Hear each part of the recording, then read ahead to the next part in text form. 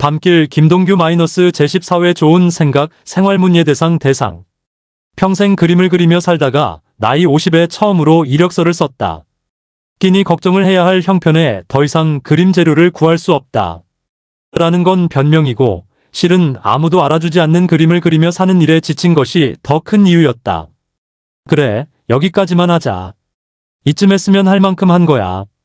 애써 스스로를 위로하며 작업실을 정리하고 2교대 부직포 생산 공장에 취업했다. 내가 하는 일은 부직포 재료인 원사를 종류별로 계량해 기계에 넣는 것이다. 생산 시스템이 자동화되지 않아 일일이 사람 손으로 해야 하는 고된 작업이다 보니 6개월을 버티는 사람이 없단다. 아니나 다를까 일을 시작한 지 겨우 일주일 만에 젓가락질을 할 수 없을 정도로 손가락 마디마디가 아팠다.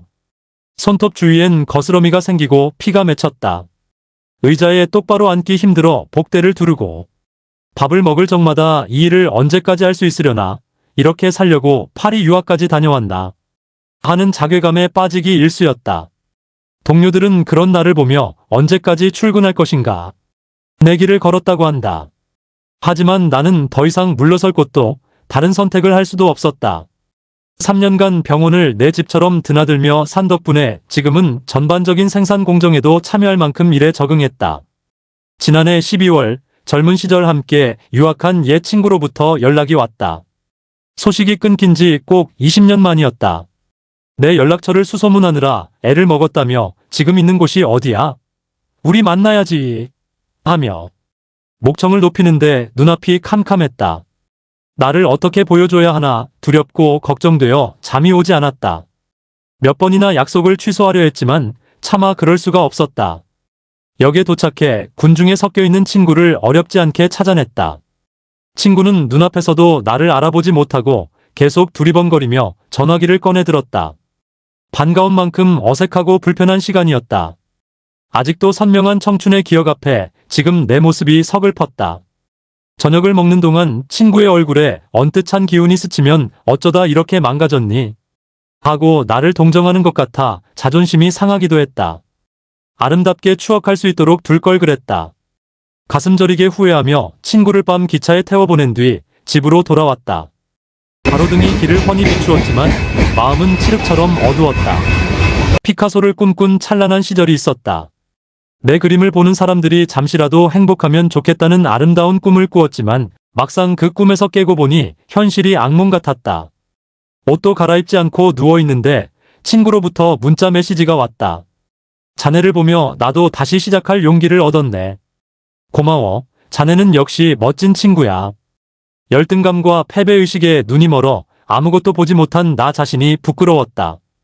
야간 근무를 하다 보면 유독 시간이 더디게 가는 날이 있다. 아무리 일해도 끝이 없고 도무지 날이 밝을 것 같지 않은 날. 친구를 다시 만나면 꼭 하고 싶은 말이 생각나서 메모지에 적어 놓았다.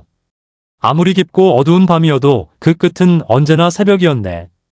우리 지금까지 그 길을 50년 넘게 걸어오지 않았나. 몇 번이고 넘어져도 괜찮네. 길이 어두워서 그런 걸 어쩌겠나. 다시 일어나 걸으면 그뿐이라네. 먼지 최은묵. 집을 청소한다. 추억과 미련이 뒤섞인 것들은 쌓일수록 분리하기가 쉽지 않다.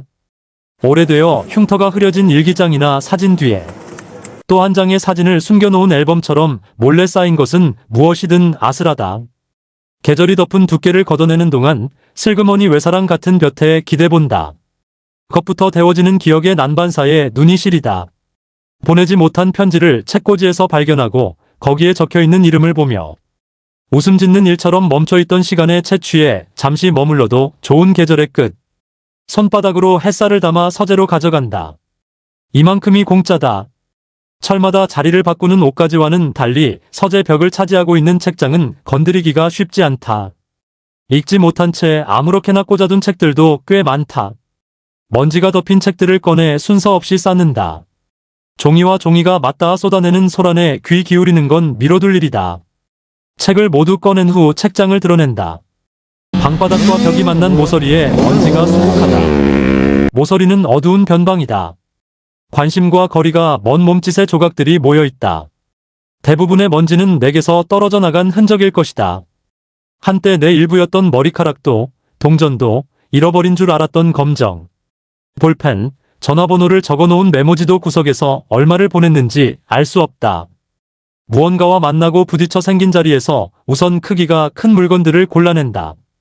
다른 가구와 달리 책꽂이 주변의 먼지는 조용하다.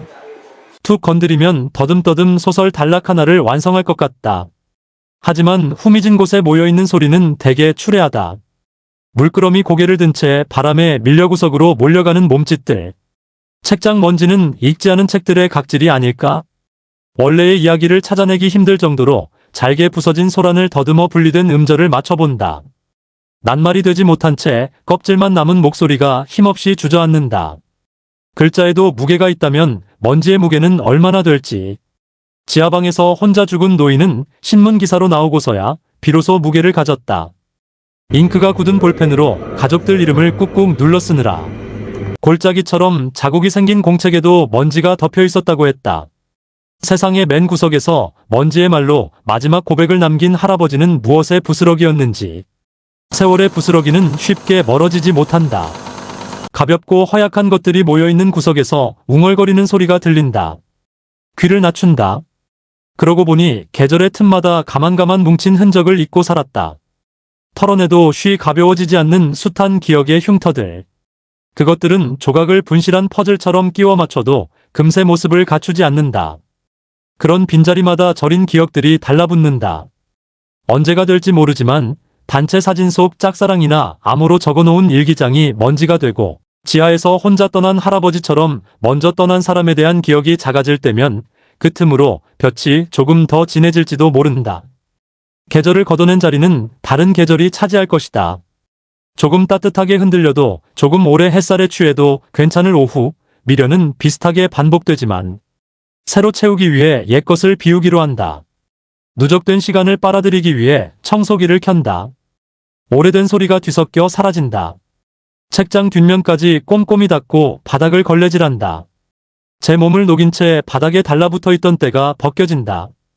내 것이라고 믿었던 집착들이다. 비우는 건 지나간 한때를 되짚는 일이다. 다음 청소를 할 때까지 먼지는 깊고 어두운 구석에 모인다는 걸 알지만 겹으로 쌓였던 아우성을 떠나보내면 구석은 새로운 시간을 준비할 것이다. 흐름이다. 흐름의 마디가 분절되는 순간 뱉어낸 신음의 조각들, 별개가 될 수 없는 옛 분신들, 거기에도 사연을 드러내지 않은 채 바뀐 계절이 찾아올 뿐이다. 책머리에 달라붙어 있던 먼지를 털어내고 장르별로 책을 나눠 꽂는다. 읽지 않은 책은 앞으로 조금 빼어 쉽게 찾을 수 있게 한다. 얼마의 시간이 지나면 튀어나온 책들도 안쪽의 깊이를 지닐 것이다.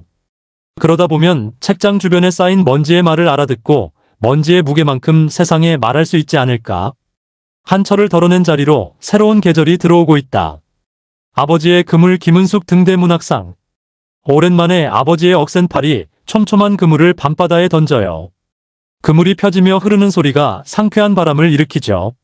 밤이 잠깐 환하게 밝아오는 순간이에요. 그러며 은빛 백가죽을 뒤집으며 팔딱팔딱 살아있는 바다의 별들이 이드거니 몰려와요. 그럴 때마다 아버지는 후리고 우렁우렁한 목소리로 외치곤 해요. 아버지의 얼굴에 피어난 환한 파도는 찌든 걱정과 불안을 몰고 수평선으로 달아납니다. 한동안 바닷속에 별이 뜨지 않아 아버지는 한철 바다를 추슬러 변통해야 했거든요. 바닥은 가난을 담보로 하기 때문이죠. 오늘은 남해에 사는 아버지로부터 묵직한 상자가 왔어요.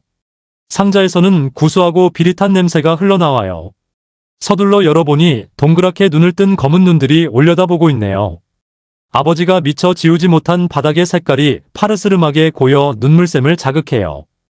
꼬들꼬들하고 매끈한 은빛의 언어는 시도 때도 없이 바다를 노래해요. 가슴이 흥건하게 푸른 빛으로 젖을 지은 마른 멸치떼는 다시 아버지를 데려갑니다. 남해는 비릿한 바닷속에도 은하수가 흘러다닌다는 것을 아시나요? 은밀한 반짝임은 하늘과 바다에도 존재해요. 누군가 하늘과 바다는 하나로 통한다고 했어요. 그래서일까요? 캄캄한 밤이면 하늘과 바다 사이에 별들이 오가는 걸 보았어요. 그건 어쩌면 오래전에 아버지가 잃어버린 꿈일 수도 있어요. 이루지 못한 꿈은 바다로 흘러들어 바람이 되었는지도 모르죠. 그래서 바람이 불면 아버지 어깨가 들썩거리곤 했나봐요. 누가 저토록 많은 은하수를 바다에 풀어놓았을까요? 수평선과 맞닿은 하늘이 흰 가슴을 열고 바다로 걸어 들어오면 죽방염 삼각. 그물 안쪽은 자디잔 별들이 팔딱팔딱 뛰어다녔지요. 봄, 가을이면 무트로 떠난 그리움 때문에 유속이 빨라져요. 가난의 밑바닥에도 반짝임이 있다고 아버지는 믿었어요. 망에 가득 찬 바다의 속살을 끌어올려 뜰채로 가짜 별들을 분리해요. 조치, 갈치, 도다리, 잔챙이를 뺀 멸치만 산채로 바구니에 넣어야 하거든요. 바구니가 무거울수록 아버지의 이마에는 비린내가 더 선명해지곤 했어요. 아버지는 싱싱한 별을 좋아해서 별에 취하면 콧노래가 흘러나오죠. 이젠 별들에서 진한 비린내가 난다고 해도 믿을 수가 있을 것 같아요. 오늘도 아버지는 바람의 길목 멀리까지 나왔어요. 제대하고 돌아온 이마가 파릇한 아들과 낡은 뱃머리 끝에 마주 앉아 물밑 은하수의 이동로를 갸웃 살피던 아버지는 아비가 가난해서 미안하구나 하며 눈가가 촉촉해져요. 때론 눈이 침침한지 자꾸 눈을 깜빡거려요. 까무룩 졸며 뱃전에서 부표처럼 흔들리다가 5평 물속으로 뛰어든 적도 있어요. 저 멀리 수평선을 쥐고 있는 아들의 미간에 고단함이 묻어나요. 해변의 북두칠성처럼 늘어진 채반에서는 꾸덕꾸덕 어촌의 하루가 짭조름하게 말라가고요. 갯바람에 미역처럼 검게 탄 아버지는 채반 깊숙이 손을 넣어 쉽사리 마르지 않는 부자간의 뜨거운 거리를 가늠해보곤 해요. 아들의 너픈 어깨 뒤로 펼쳐진 바다의 속살을 헤아리던 눈빛에는 지나온 세월이 수평선처럼 아득하네요. 아마도 당신의 젊음을 아들의 꼿꼿한 등에서 읽히기도 하나 봐요. 가끔은 선실 창가에 구겨진 채 걸터앉은 체납고지서가 먼 바다를 먼저 살피기도 하죠. 충전된 바람이 모두 바닥난 선실의 선풍기는 혼자 늘어지게 하품을 하고요. 하지만 다행이랄까요?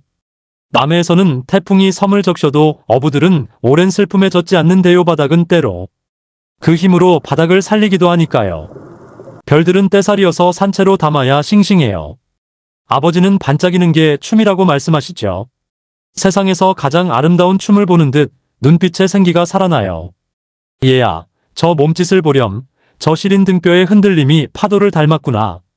어찌 아름답지 않겠어요. 온몸에 기를 쏟아 파도를 타는 절박한 몸짓이야말로 숭고한 삶인 걸 아버지는 진즉 알아본 거죠. 육지 멸치막으로 온 별들은 이내 펄펄 끓는 가마솥으로 휩쓸려가 뜨거운 수증기 속에 잠겨요. 팔딱이는 소리가 잠잠해질 무렵 아버지는 가난이든 별이든 바짝바짝 잘 마르길 원했죠. 반짝이는 것이 가난의 마지막 춤이라는 건 저물녘 그물에 걸려든 멸치들의 몸짓이 말해줘요. 그때 멸치들은 하늘을 바라보며 온몸으로 춤을 추어요. 멸치들도 제 등뼈가 별빛에 시리다는 걸 아나봐요. 바다를 누비며 떼지어 다니다 육지 멸치막으로 온 멸치는 마지막 삶의 궤적을 은빛으로 갈무리해요.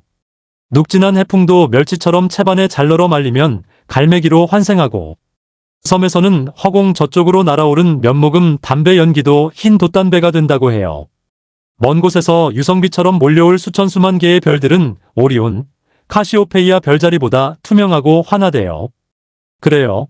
남해의 멸치떼는 은빛 파도가 비늘에 알알이 박혀 은박지보다 더 눈부셔요. 파도를 갈무리하는 그것들의 미세한 춤을 위해 바다는 가끔 여러 갈래 물길을 만들어요. 썰물이 되면 지족해역 삼각 그물 속으로 은하수가 떼지어 몰려와요. 그 소리는 대나무 숲에 있는 바람처럼 청량해요. 죽방염 물속 길목이 순간 활시위처럼 팽팽해지고 물속에 종아리를 담근 대나무 발이 벙긋벙긋 웃음을 쏟는데요. 말뚝 및 촘촘한 발가락 사이로 헤아릴 수 없이 많은 은멸치떼가 당도한 걸까요?